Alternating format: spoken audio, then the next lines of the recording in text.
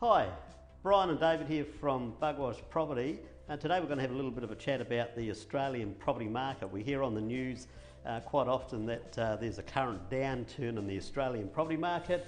David, what's your take on that, mate? Yeah, love talking about this, Brian. It's interesting because a lot of times when these experts are talking about the Australian property market, they're really talking about mainly the Sydney and Melbourne markets, because those markets are so huge. I think they comprise of more than 55% of the total Australian market. And what's happening with the Sydney and Melbourne markets right now is what's supposed to happen. You know, as we talk about all the time, that property works in cycles, 4 phases to every cycle, and Sydney and Melbourne have had a really awesome run up until a couple of years ago. The market's peaked, and we know that when after the market's peak, then the market goes into the slowdown phase and then the slump phase. So I think I heard on the news 2 nights ago that Sydney dropped about 10.2%.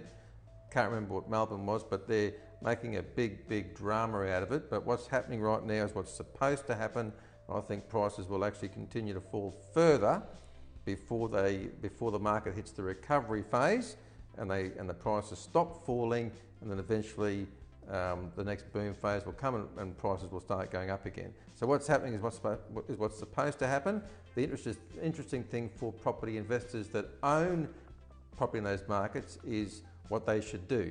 Should they contemplate hanging on to their investment properties and riding the next bunch of years, or do they think about selling their properties? And it's different horses for different courses, and that's another conversation. But it's an interesting time. But it's just important for people to understand and not to panic about what's going on. Absolutely. Thanks, mate. That's really good.